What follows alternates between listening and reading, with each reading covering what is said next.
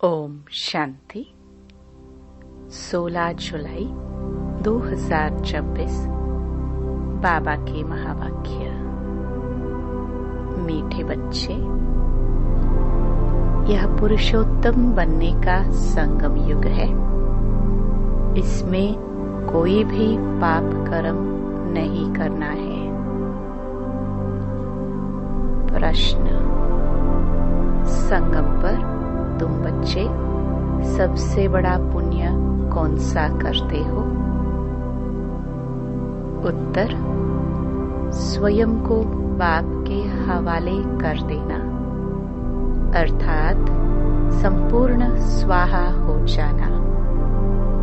यह है सबसे बड़ा पुण्य। अभी तुम ममत्व मिटाते हो। बाल बच्चे घर बार सबको भूलते हो। यही तुम्हारा व्रत है। आप मुए, मर गई दुनिया।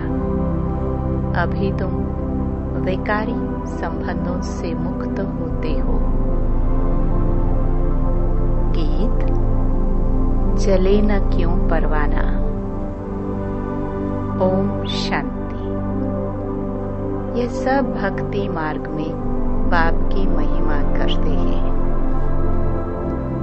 यह है परवानों की क्षमा के लिए महिमा। जबकि बाप आए हैं तो क्यों न जीते जी उनके बन जाए। जीते जी कहाँ ही उनको जाता है जो एडॉप्ट करते हैं। पहले तुम आसुरी परिवार के थे, अब तुम ईश्वरीय परिवार के बने हो। जीते जी ईश्वर ने आकर तुमको एडॉप्ट किया है, जिसको फिर शरणागति कहा जाता है। गाते हैं ना, शरण पड़ी मैं तेरे। अब प्रभु की शरण तब पड़े जबकि वह आए, अपनी ताकत दिखाए, जलवा दिखाए। वही सर्वशक्तिमान है ना। बरोबर उनमें कशिश भी है ना। सब कुछ छुड़ा देते हैं। बरोबर जो बाप के बच्चे और बच्चियां बनते हैं, वह आसुरी संप्रदाय के संबंध से तंग हो जाते हैं। कहते हैं, बाबा कब यह संबंध छूटेंगे? यहाँ यह पुराना संबंध भूलना पड़ता है। आत्मा जब देह से अलग हो जाती है तो बंधन खलास हो जाते हैं। इस समय तुम जानते हो सबके लिए मौत है, और यह जो बंधन है ये सब है विकारी। अब बच्चे निर्विकारी संबंध चाहते हैं।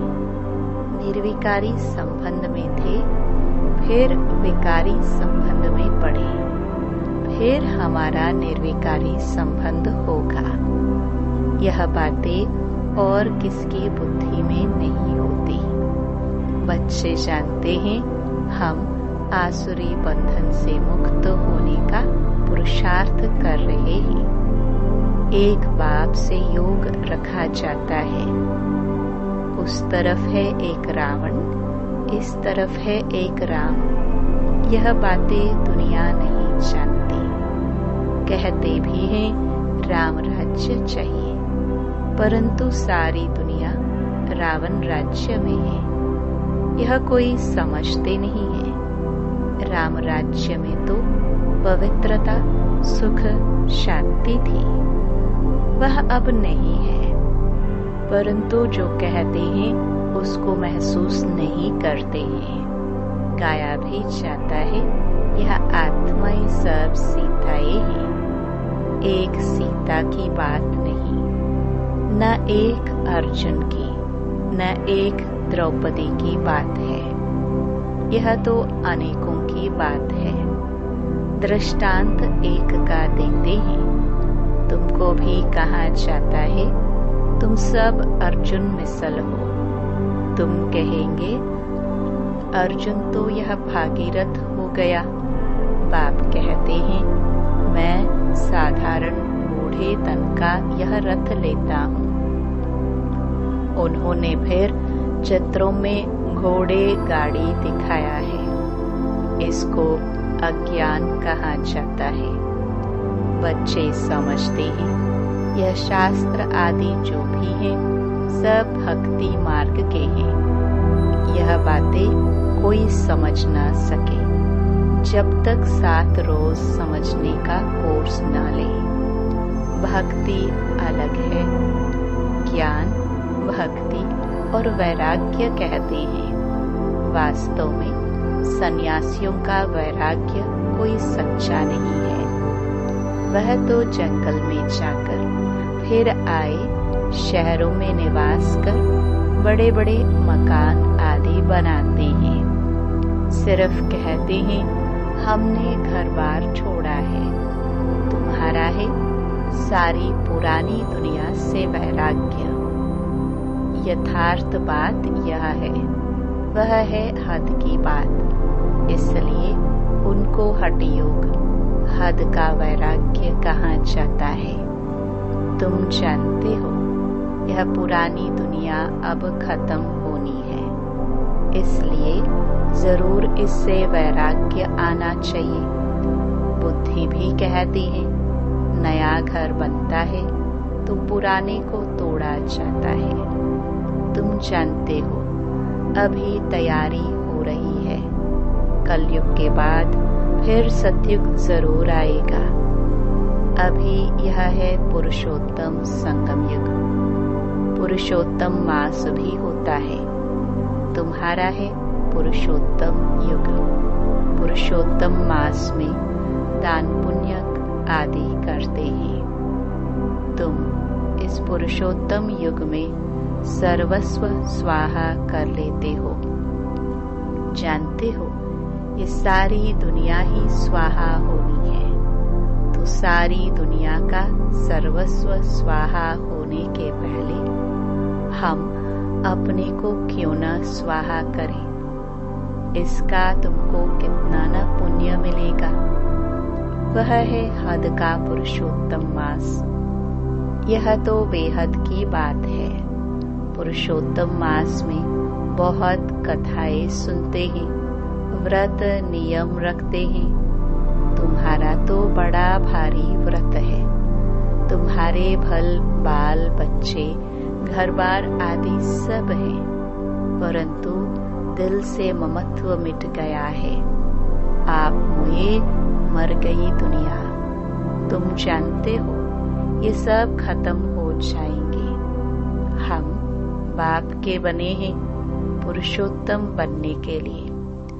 सर्व पुरुषों में अर्थात मनुष्यों में उत्तम पुरुष यह लक्ष्मी नारायण सामने खड़े हैं।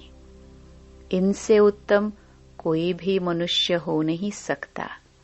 लक्ष्मी नारायण विश्व के मालिक थे। तुम आए हो ऐसे पुरुषोत्तम बनने। सभी मनुष्य मात्र सद्गति को पाते हैं। मनुष्यों की आत्मा पुरुषोत्तम बन जाती है तो फिर उनके रहने का स्थान भी ऐसा उत्तम होना चाहिए। जैसे प्रेसिडेंट सबसे ऊंच पद पर है तो उनको रहने के लिए राष्ट्रपति भवन मिला है। कितना बड़ा महल, बगीचा आदि है। यह हुई यहाँ की बात। राम राज्य को तो तुम जानते हो। तुम सतयुगी पुरुषोत्तम बनते हो, फिर यह कलयुगी पुरुषोत्तम रहेंगे नहीं। तुम सतयुगी पुरुषोत्तम बनने के लिए पुरुषार्थ कर रहे हो। तुम जानते हो हमारे महल कैसे बने हुए होंगे। कल राम राज्य होगा। तुम राम राज्य में पुरुषोत्तम होंगे। तुम चैलेंज करते हो कि हम रावण राज्य को बदल राम राज्य स्थापन करेंगे। अब चैलेंज किया है तो 1-2 को पुरुषोत्तम बनाना है, भविष्य 21 जन्मों के लिए। देवता देवताओं की महिमा गाते हैं सर्वगुण संपन्न। अहिंसा परमो देवी देवता धर्म। तुम जानते हो और कोई मनुष्य नहीं जानते।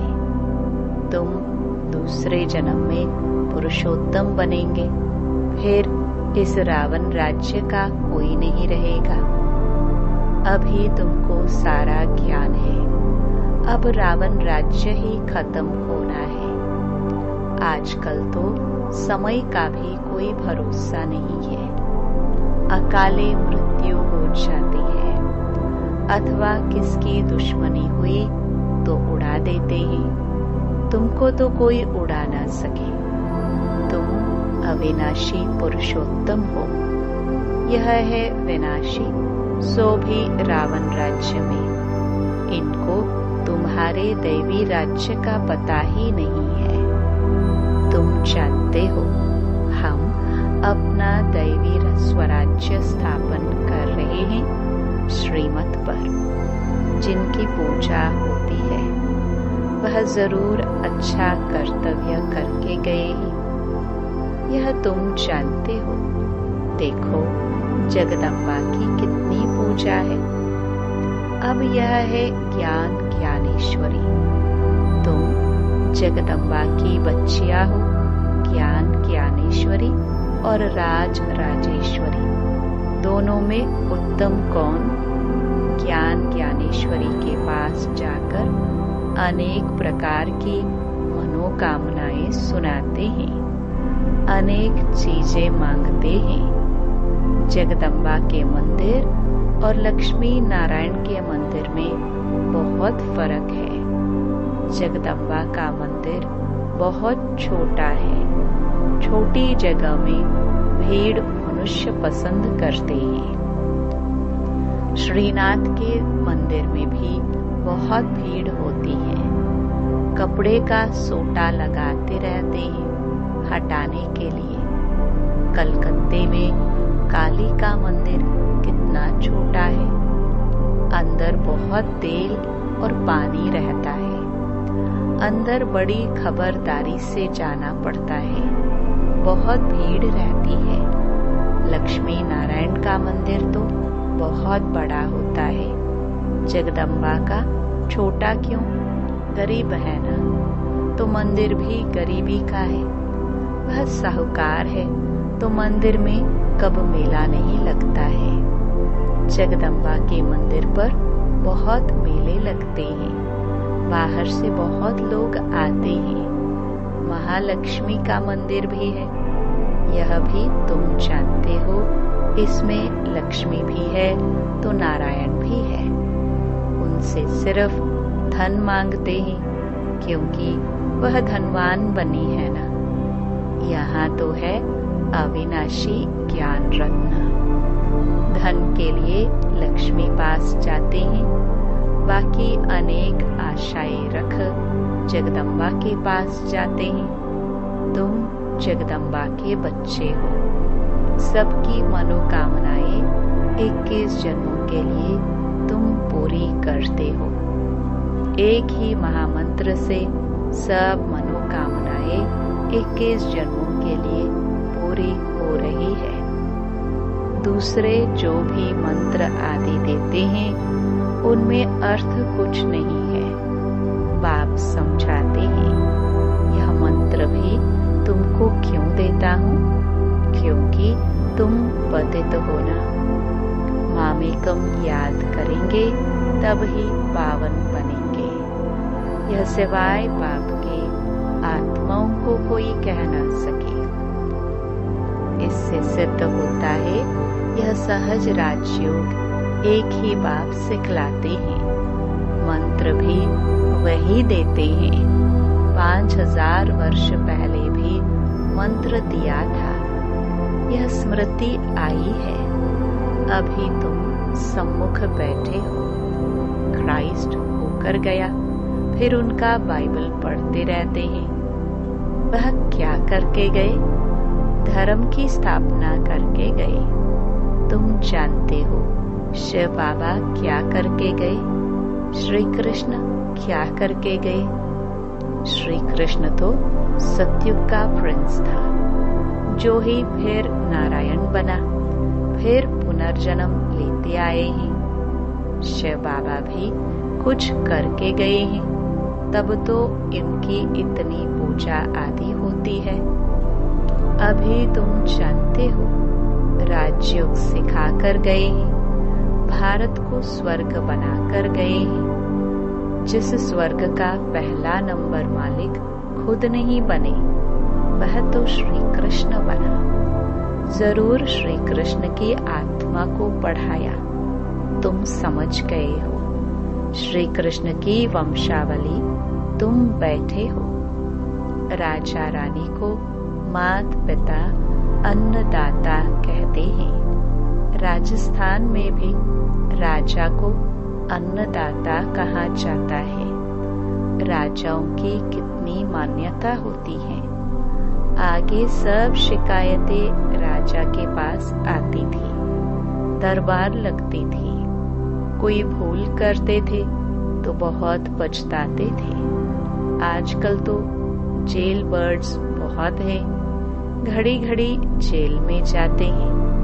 अभी तुम बच्चों को गर्भ जेल में नहीं जाना है, तुमको तो गर्भ महल में आना है। इसलिए बाप को याद करो तो वे कर्म विनाश होंगे, फिर कब गर्भ जेल में नहीं जाएंगे।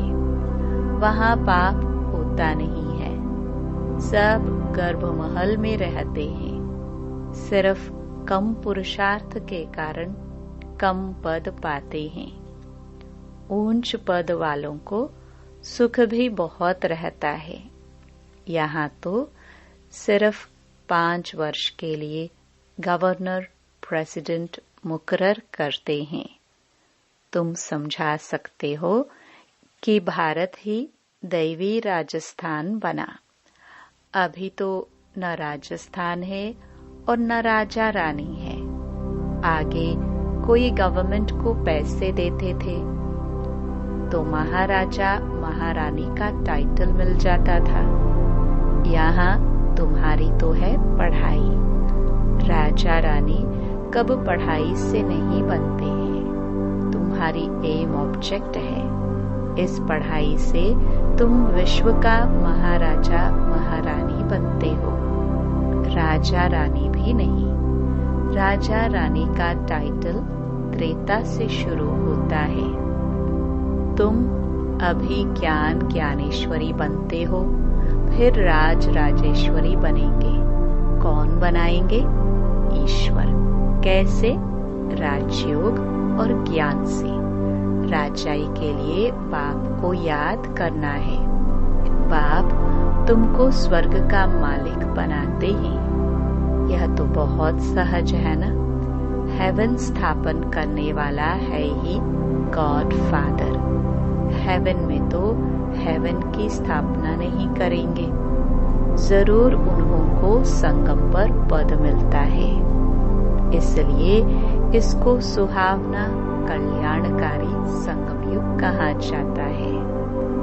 बाप कितना बच्चों का कल्याण करते हैं, जो स्वर्ग का मालिक बनाते हैं। कहते भी है परम पिता परमात्मा नई दुनिया रचते हैं, परंतु उसमें कौन राज्य करते हैं यह किसको पता नहीं। तुम समझते हो राम राज्य किसको कहा जाता है।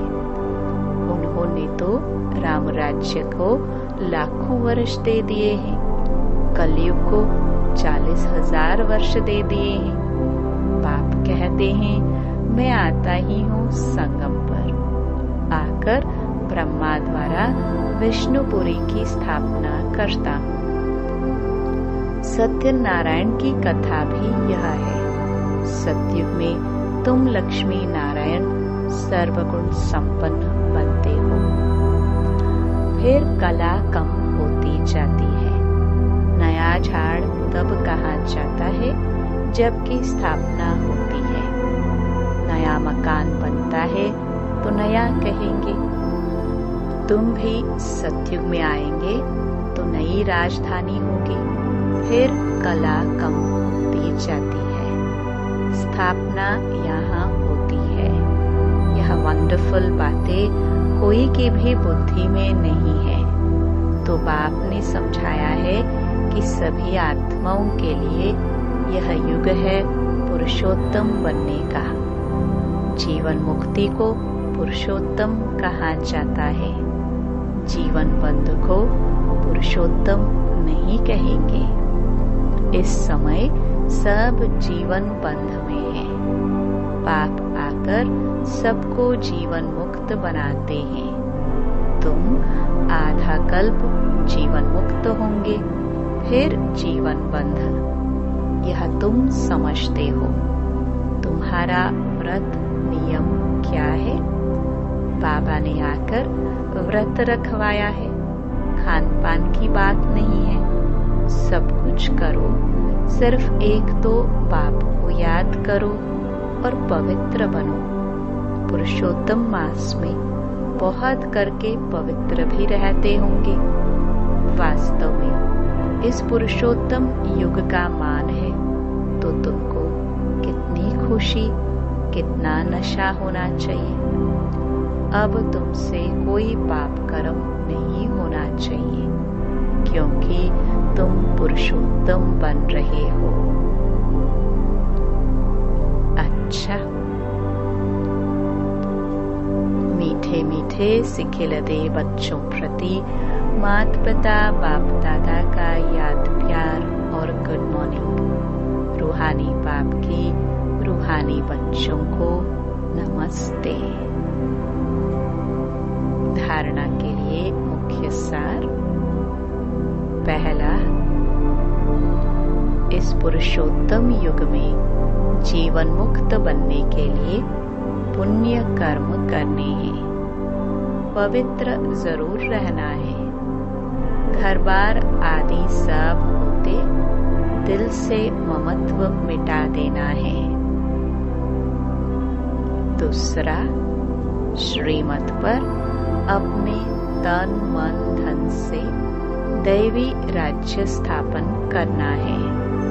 पुरुषोत्तम बनाने की सेवा करनी है।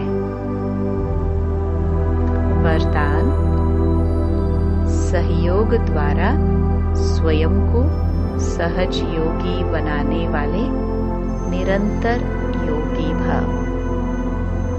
संगम युग पर बाप का सहयोगी बन जाना, यही सहज योगी बनने की विधि है।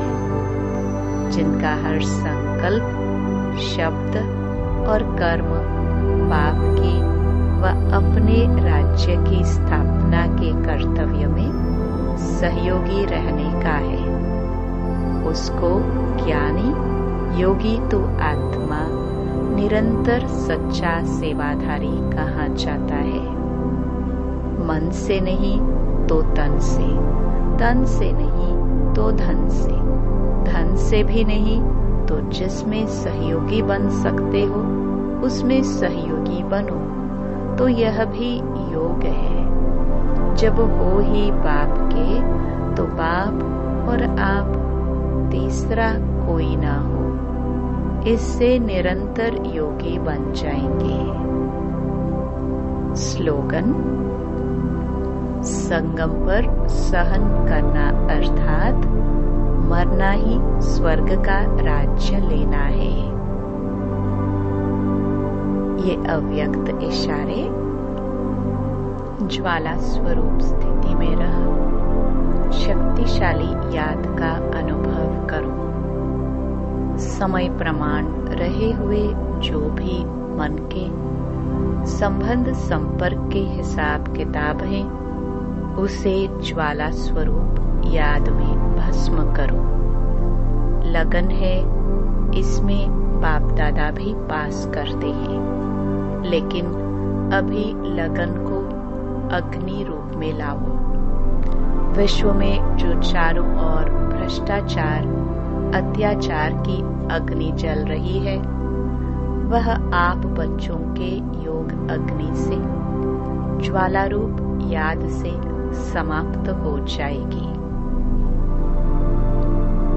ओम शांति।